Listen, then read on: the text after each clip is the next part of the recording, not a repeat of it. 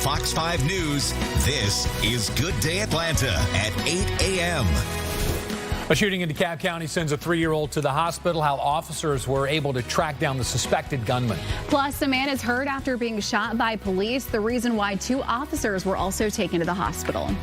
Good morning, everyone. Good Tuesday morning. Welcome to Good Day Atlanta at 8. I'm Buck Lanford. And I'm Natalie McCann. Thank you so much for starting your day with us. We're going to check in with Fox 5 Storm Team meteorologist Joanne Feldman for a check of that forecast. It's a beautiful day that we've got in store for us today. Temperature-wise, absolutely Yes. it is. All right, and we're going to keep that part going. These milder temperatures, maybe even records before the week is over. The other part of this, though, is we're not going to enjoy as much sunshine today. We're starting out with a 49-degree temperature. There are 50s and 60s back to our southwest, and we will have a southwest wind that's supplying plenty of warm air for the foreseeable future. This is where it leaves us currently. Notice there are some spots that are starting out at 50 or even higher. Rome at 53 degrees, but with clouds, we're also tracking a few areas of fog, still thickest near and west of Atlanta. Visibility at the airport is now just dropped down to about 0. The fog will lift over the next couple of hours, but still leaving behind mostly cloudy skies. Even without much, if any, sunshine, we should get to highs well into the 60s. But we're not going to stop here. We'll talk about how many days in a row we could be in record territory coming up for you in just a few minutes. Natalie? Joanne, thank you. In Bartow County on 75 northbound at Red Top Mountain Road, we have a crash that's blocking all of those lanes. You can see drivers merging over to the right-hand side, closer to that ramp to try to move through. Delays are coming in from Allatoona Road. Take Highway 41. And a new crash in Alpharetta on 400 southbound right past Peachtree Parkway. It is blocking a left lane. You could take Highway 9. In East Atlanta on Ponce de Leon Avenue, eastbound at Lowwater Road, a crash still holding one of those lanes. Buck? Thank you, Natalie. 3 suspects accused in the shooting of a 3-year-old boy are now behind bars. 20-year-old Jonathan Tate, 21-year-old Julius Hughes, and a juvenile each face charges. The child was critically injured after his father's car was hit with multiple bullets Sunday night. Good Day's Mark Teichner is live from the DeKalb County Jail where the suspects are being held. Mark, this is such a heartbreaking story. Good morning. It certainly is, and those suspects are all being held without bond on charges that include aggravated assault as well as weapons counts. When officers arrived, they found a young child suffering from a gunshot wound. A 3-year-old is shot while riding in his father's car. Now 3 suspects have been arrested. Jonathan Tate, Julius Hughes, and a teen whose name hasn't been released due to his age. The shooting left seasoned DeKalb County police investigators both shocked and angered. This child was an innocent victim. This incident was reckless, senseless, and completely unacceptable. Police say just before 7 Sunday night, a fight broke out at a gas station on North Stone Mountain Lithonia Road. The dispute escalated into gunfire. Detectives say the child's father's car was stopped in traffic when the shots were fired. A number of those bullets struck the vehicle and sadly hit the boy, critically injuring him as he was riding in a car seat.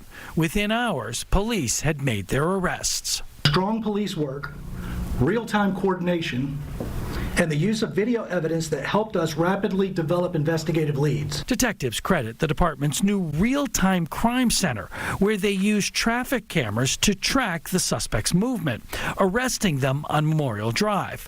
Our cameras were rolling during the overnight hours as police tactical units searched a home on Rock Meadow Drive in connection with the shooting. Resulted in the recovery of a firearm and additional evidence connected to this investigation.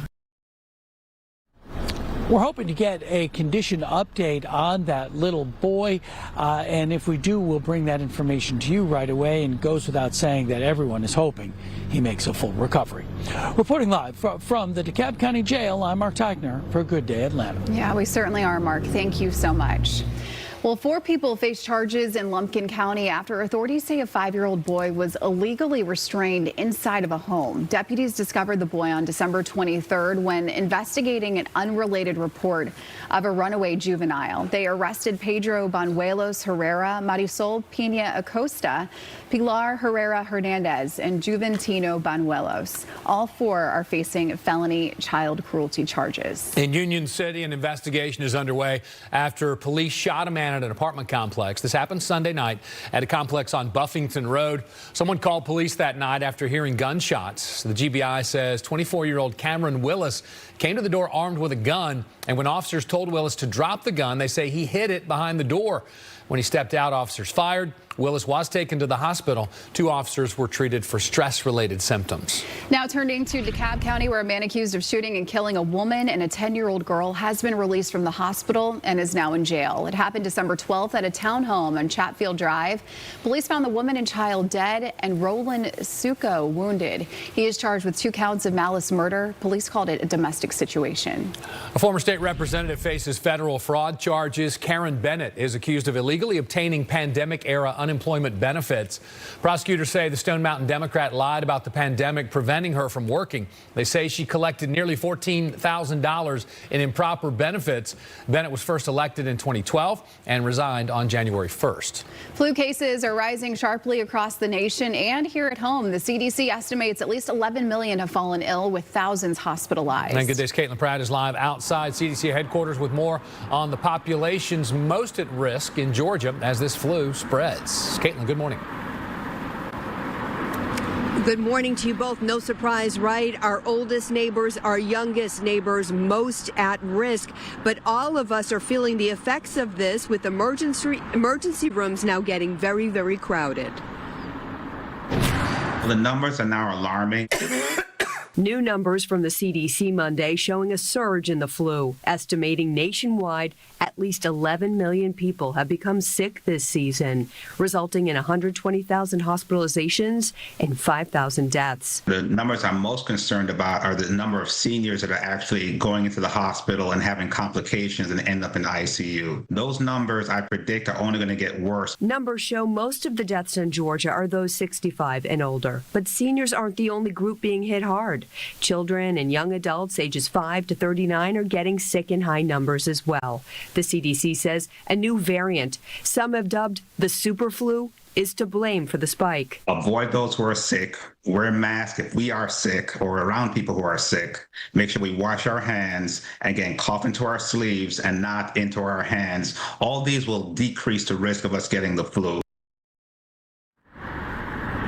And another option that medical experts say is important too, that can help prevent you getting that virus, of course, is the vaccine. Vaccine numbers are down this year, they say, both in Georgia and nationwide. And while the current strain, that so-called superflu, isn't included in the vaccine, it can get you ready, get your body ready if you do indeed encounter the flu. That's the latest here live near the CDC this morning. I'm Caitlin Pratt for Good Day Atlanta. All right, Caitlin, thank you for that. 8:07 now, your time.